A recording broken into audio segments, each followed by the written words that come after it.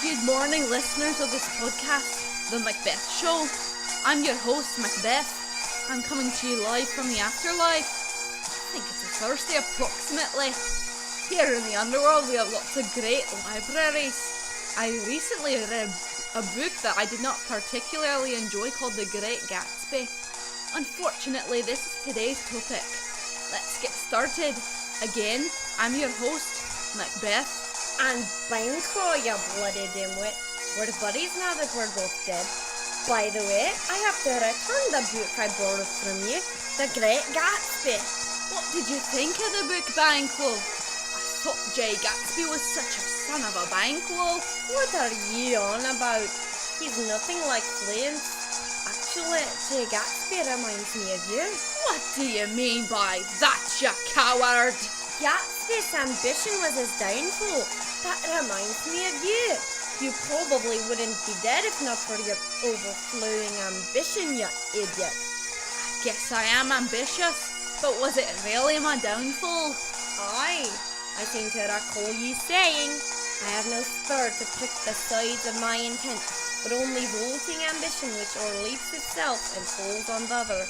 That's not what I meant, you bloody coward. Well, what did you mean by that then? Guess you're right. Simply meant that my ambition was too great to change my mind about killing Duncan. It reminds me of the time Gatsby said, "Can't repeat the past?" Why, of course you can. His ambition was so strong he thought that he could go back in time. I, of all people, know this is not true. That's impossible. What an idiot. He's definitely nothing like my son. I know, I agree completely. What? Do you mean to say that I'm an idiot too? No! You're much smarter than that Gatsby fella. I remember another time that I was ambitious. When I was planning the murderers to kill you and your son Flint. I said, I require a clearness, and with it leave no rubs nor botches in the work. Flint, his son that keeps him company, whose absence is no less material to me than his father's, must embrace the fate of that dark hour. I was so full of ambition I was willing to kill my best friend to secure my place on the throne. You told me last week that my death was an accident. You're an absolute egg.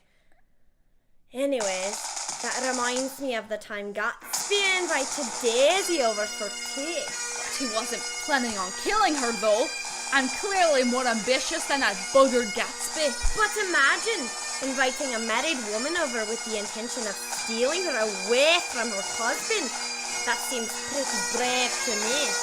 Gatsby somehow persuaded Nick to, quote, pull up Daisy tomorrow and invite her over here for tea. That's true. He is an ambitious sack of flour, isn't he? Another thing you have in common is being so ambitious you're willing to put yourselves in dangerous confrontations, like when you faced Macbeth before your death. I think it might have been too ambitious, as it did cause my death. Gatsby confronted Tom Buchanan in New York about Daisy. This ultimately led to his death as well. My plight was far more honourable than his though. He was after a woman when I wanted to be king. Times were different when Scott Fitzgerald wrote the Great Gatsby. Scott? Like Scotland? No, must not be. How do you mean by that anyway, you swamp creature? In the 1920s, there were no more kings and queens. It was all about the American dream. And that included a beautiful woman like Daisy at a man's side. What about the Scottish dream? Wealth, power, respect. Stupid Americans always after fluff. What's with you being so critical? You don't know what it was like to live in the 20s after the First World War. They had these things called guns in the war. A lot more death than you or I have ever seen. They were done with going after power. They wanted normal lives filled with luxuries and no cares in the world. I suppose that makes sense. How did you ever become so smart, Banquo? Well, you were stupidly executing everybody. I actually spent time in the castle library.